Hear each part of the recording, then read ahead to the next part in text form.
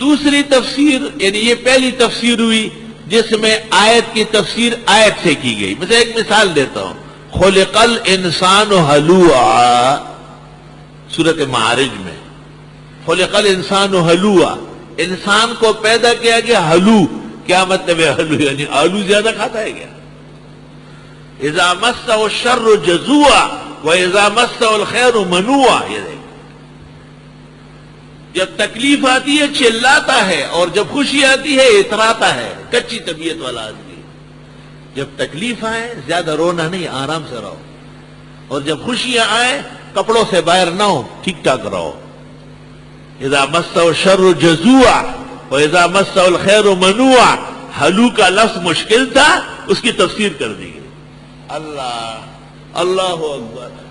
جہاں کہیں مشکل آتی ہے وہاں قرآن شریف اس کی طرف فوراً تعرض کر لیتا ہے اور اس کو آسان کر دیتا ہے.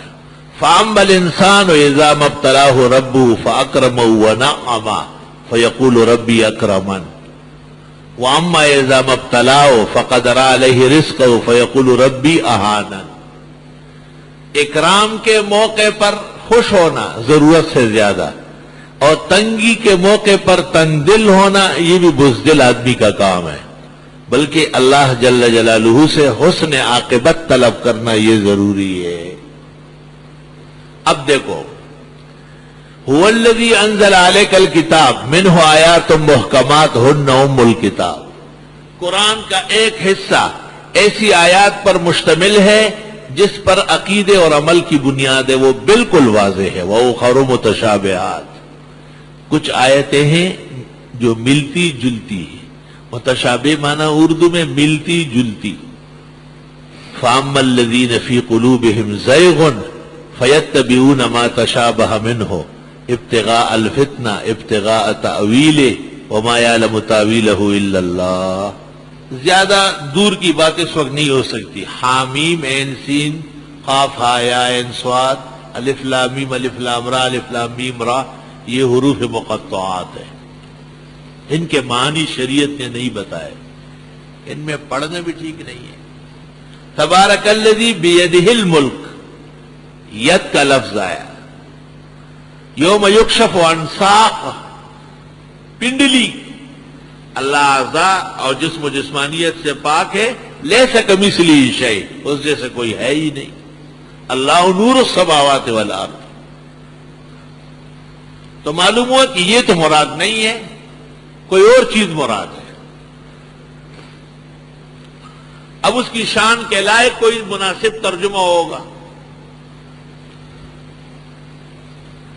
ایک لفظ قرآن میں بالکل واضح ہے, انما انا بشر مثلکم قل سبحان ربی هل کنت الا بشرا رسولا. بشر نبی کے لیے آیا ہے, بشر کا کوئی اور اطلاق ممکن نہیں ہے. اور قد جاءکم من اللہ نور وکتاب مبین, تو واو تفسیریہ ہے. تلک آیات الکتاب وقرآن مبین دوسری جگہ بھی آیا ہے. اگر واو تفسیر ہے تو نور اور قرآن ایک چیز ہے, اور قرآن کو نور کہا ہے. آمنوا باللہ ورسولہ والنور الذی انزلنا. لیکن فاما الذین فی قلوبہم زیغ, جس کے دل ٹیڑے ہو چکے ہیں, فیتبعون ما تشابہ منہ, وہ اس نور سے محمد صلی اللہ علیہ وسلم لینا چاہتے ہیں. اور ایسا نہیں باعتبار مقام مرتبہ, بلکہ ایسا کہ بشر کی نفی ہو جائے. معاذ اللہ واستغفر اللہ. تو اب قرآن کریم نے دو میدان رکھے ہیں, ایک محکمات کا پورا دین اور ایک متشابہات کا بعض ملتی جلتی آیتیں. تو جو لوگ والراسخون فی العلم یقولون آمنا بہ, مضبوط علماء کہتے ہیں سب اللہ کی طرف سے ہمارا ایمان ہے, کل من عند ربنا. لیکن وما یذکر الا اولو الالباب, یہ سمجھنا ہر ایک کا کام نہیں, عقل مندوں کا کام ہے. عقل مند کیا کرتے ہیں؟ متشابہ کو محکم کا تابع کرتے ہیں. متشابہ کی ایسی تفسیر و معنی نہیں ہو سکتی جس سے معاذ اللہ محکم باطل ہو جائے, والعیاذ باللہ واستغفر اللہ. لیکن اہل زیغ و ضلال ایسا کرتے ہیں. تو تفسیر کا پہلا درجہ تفسیر الآیتی بالآیتی, آیت کی تفسیر آیت سے، آیت پڑھی وَلَا يَأْتُونَكَ بِمَثَلٍ إِلَّا جِئْنَاكَ بِالْحَقِّ وَأَحْسَنَ تَفْسِيرًا. اس سے ثابت ہو گیا کہ بعض آیات کی تفسیر خود قرآن میں ہو چکی ہے. اور نبی نے بھی کہا صلی اللہ علیہ وسلم القرآن یفسر بعضہ بعضا، قرآن کا کچھ حصے کی تفسیر کر لیتا ہے. دوسرا درجہ تفسیر کا ہوگا تفسیر الآیہ بالحدیث. محمد رسول اللہ صلی اللہ علیہ وسلم کو اللہ نے کہا ہے لِتُبَيِّنَ لِلنَّاسِ مَا نُزِّلَ إِلَيْهِمْ، یہ جو نازل ہو رہا ہے آپ بیان کریں گے لوگوں کو. تمام احادیث، نماز قرآن میں ہے اقیموا الصلاۃ، اقیموا الصلاۃ. بھئی کون سی صلاح؟ صلاۃ الفجر 2 رکعت، صلاۃ الظہر 4، عصر 4، مغرب 3، عشاء 4، جمعہ پھر 2، عید پھر 2. یہ کہاں کون سی آیت میں ہے؟ لِتُبَيِّنَ لِلنَّاسِ، حضرت یہ آپ بیان کریں. فَاغْسِلُوا وُجُوهَكُمْ وَأَيْدِيَكُمْ إِلَى الْمَرَافِقِ وَامْسَحُوا بِرُؤُوسِكُمْ وَأَرْجُلَكُمْ إِلَى الْكَعْبَيْنِ. لیکن اس کی وجوب عاقل بالغ اور غیر کے لیے علیحدہ فرق، اور اس کے نواقض اس کی کوئی تفصیل اشارہ تک قرآن میں کہیں نہیں ہے. لِتُبَيِّنَ لِلنَّاسِ مَا نُزِّلَ إِلَيْهِمْ یؤمنون بالغیب، یہ لوگ ایمان رکھیں گے. ایمان کیا چیز ہے؟ ایمان کن چیزوں کا ہونا چاہیے؟ آمن الرسول بما انزل الیہ من ربی والمؤمنون کل آمن باللہ. اب یہ ایمانیات کی تفصیل جناب نبی کریم صلی اللہ علیہ وسلم کی احادیث و سنت میں موجود ہے. ان الذین کفروا سواء علیہم، یہ لوگ جو کافر ہو چکے ہیں، کفر کب لاگو ہوتا ہے؟ کب کہو گے کہ یہ کافر ہے؟ کتنے عقائد ہیں جن کا ماننا ضروری ہے، اور پورے قرآن کا ماننا یا کسی ایک حصے کا ماننا، اور پورے کا انکار یا کسی ایک صورت کا انکار، کوئی فرق ہے؟ یہ تفصیلات سارے پیغمبر کے حوالے ہیں. لِتُبَيِّنَ لِلنَّاسِ مَا نُزِّلَ إِلَيْهِمْ، اعمال سے لے کے عقائد تک. جملہ دین کی تشریح جو پیغمبر نے کی ہے وہ ہے تفسیر الآیہ بالحدیث. تفسیر الآیہ بالحدیث.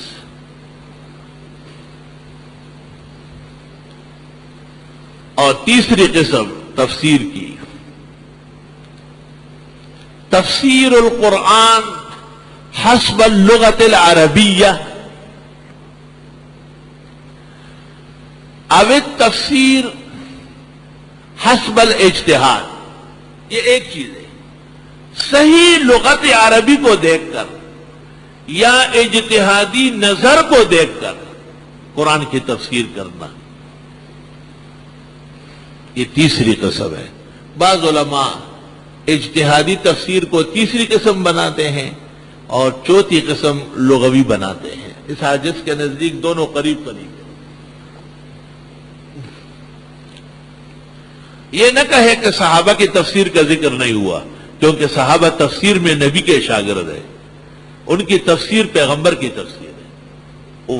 علماء نے فیصلہ کیا ہے کہ ان امور میں ان کی توقیف مسلم ہے، کہ وہ سن چکے ہیں تب ایسا کہتے ہیں.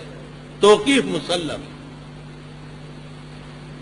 اور کلہم عدول کی وجہ سے بھی.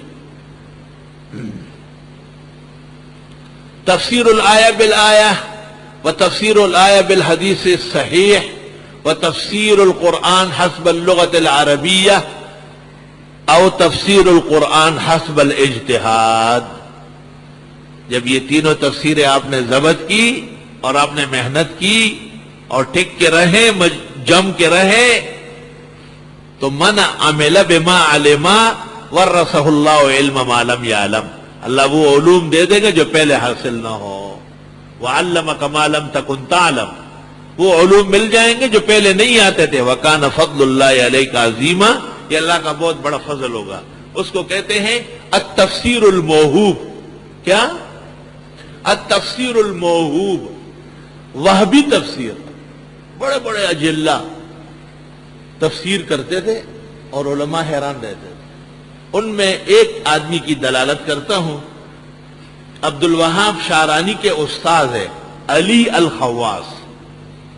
عبد الوہاب شعرانی جو سرتاج کہلاتے ہیں اولیاء اللہ کے، ان کے شیخ ہے علی الخواص. چونکہ یہ موجود ہے دنیا میں اس لیے اس کا حوالہ دے دیا. اور وہ آپ دیکھ لیں گے کسی مناسب موقع پہ، کتب خانے میں بھی اجازت دے دیں گے آپ کو، آپ کو اندازہ ہو جائے کہ موہوب کیا چیز ہے. وَعَلَّمْنَاهُ مِن لَّدُنَّا عِلْمًا. لیکن یاد رکھنا کہ اس میں جو 3 پہلے اصول ہے، قرآن، سنت، اجتہاد اور لغت، اس کے خلاف معتبر نہیں ہے. اس کی پابندی شرط ہے. اس لیے علماء کہتے ہیں جب ان کی پابندی ہو جائے، اطاعت ہو جائے، تو اللہ تعالیٰ تفسیر میں علم وہبی عطا فرماتے ہیں.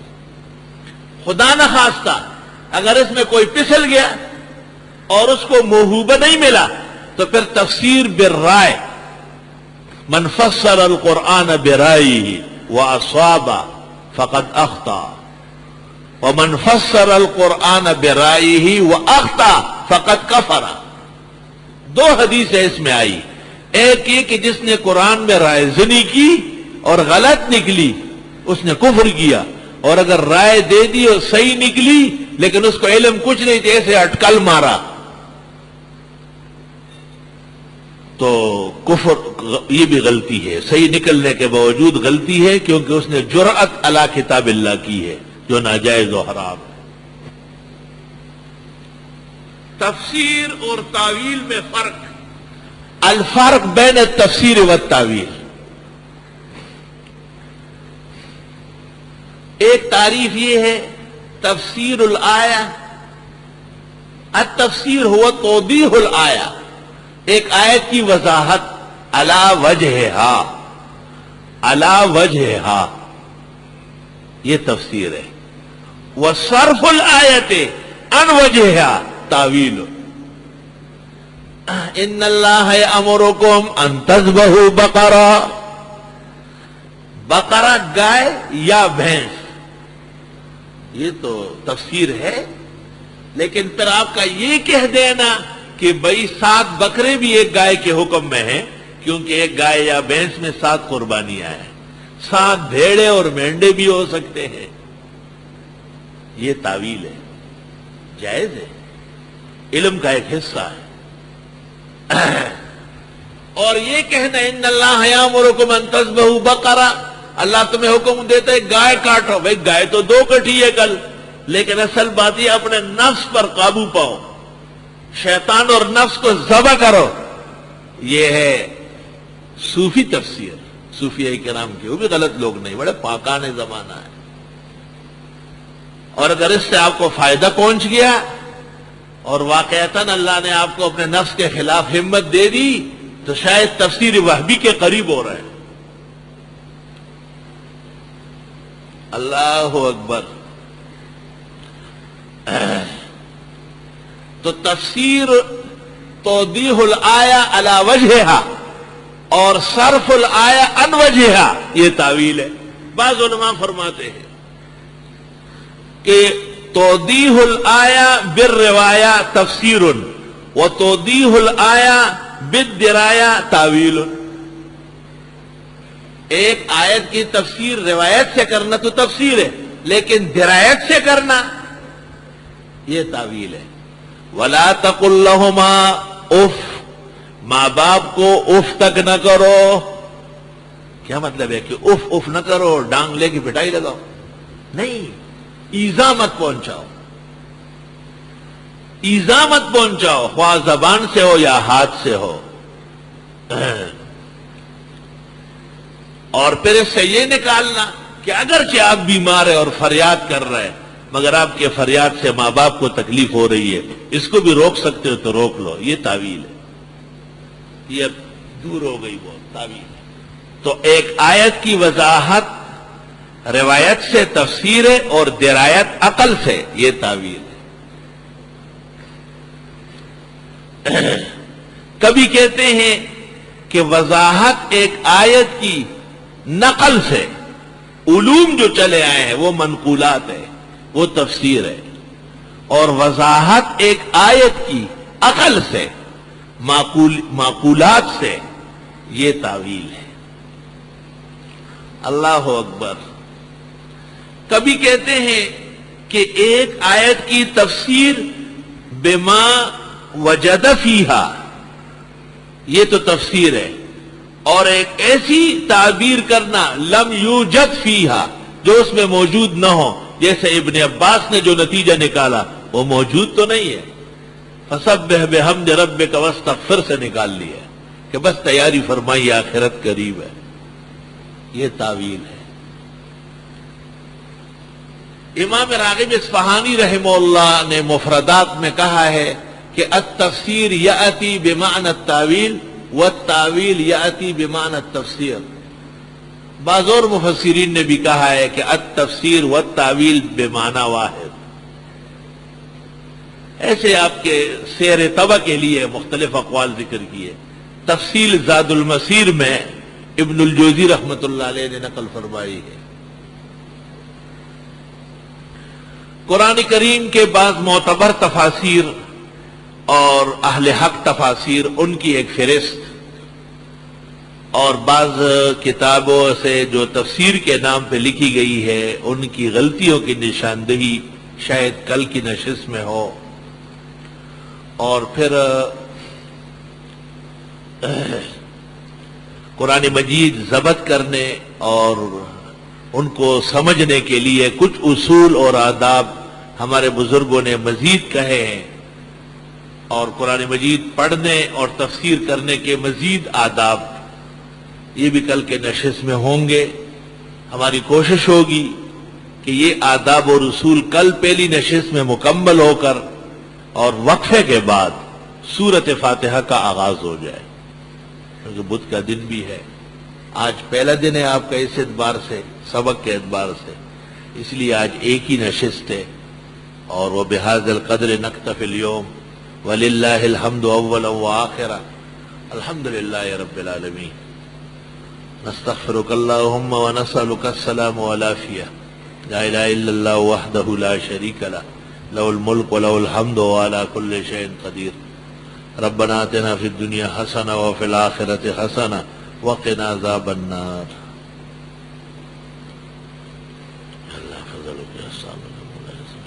اللہ تعالیٰ آسانی نصیب فرمائے، شہر اور ملک کی فضائیں بھی اللہ سازگار فرمائے۔ کل جو آپ نے دعائیں مانگی ہے اس ایک گھنٹے کے اندر اندر اس کے آثار قبولیت ظاہر ہو گئے ہیں۔ واقعتاً قرآن کی نشست سب سے بڑھ کر ہے۔ بزرگان دین نے کہا ہے کہ بڑی بلاؤں کو ٹالنے کے لیے بڑے اعمال کے بعد دعا مؤثر ہے۔ اس کا مجرب اور نظارہ کل میں نے دیکھا ہے۔ جس وقت آپ کی دعا اختتام کو پہنچی ہے، ایک گھنٹے بعد جب وہ سوئی وہاں آ رہی تھی تو پھر بلائے عظیم یہاں سے ٹل چکی تھی۔ اللہ تعالیٰ اس امت کو سہولت نصیب فرمائے، اور جو موجود حکومت ہے کہیں یہ ان کی طرح شیطان نہ بنے، کیونکہ حجاج ابن یوسف کی موت پر اس زمانے کے عالم نے کہا تھا ایھا الناس لا تفرحوا بموت ھذا، اس شخص کے جانے سے خوش نہ ہو، لا یذهب عنکم ظالم الا یاتی بعدہ اظلم منہ، تم سے ایک ظالم جائے گا اس سے بڑھ کر آئے گا، کیونکہ اعمال کمزور ہے۔ خدایا حسن اعمال نصیب فرما۔ رب کریم تفسیری نشست میں ہماری مدد فرما، ہمارے حاضرین اور سامعین، ہمارے بھائی اور بہنوں کو خوب سہولت عطا فرما۔ اللہ ان کا یہ بیٹھنا اور یہ مشقت برداشت کرنا دونوں جہانوں کی سعادت و سعادت کا باعث بنا۔ بیماروں کو صحت شفا عطا فرما، جن کے جو مسائل ہیں ان میں حل کرنے میں مدد فرما، ہم عاجزوں کے لیے قدم قدم پر آسانی عطا فرما، اور اللہ ہمارے ادارے کو اور تمام اہل حق کے اداروں کو سربلندی عطا فرما۔ خدایا ان حاضرین اور حاضرات کے جو مسائل ہیں وہ حل فرما، مشکلات حل فرما، پریشانی دفع فرما، دعائیں قبول فرما، مراد عطا فرما۔ وصلی اللہ تعالی علی خیر خلقہ محمد وآلہ واصحابہ اجمعین برحمتہ۔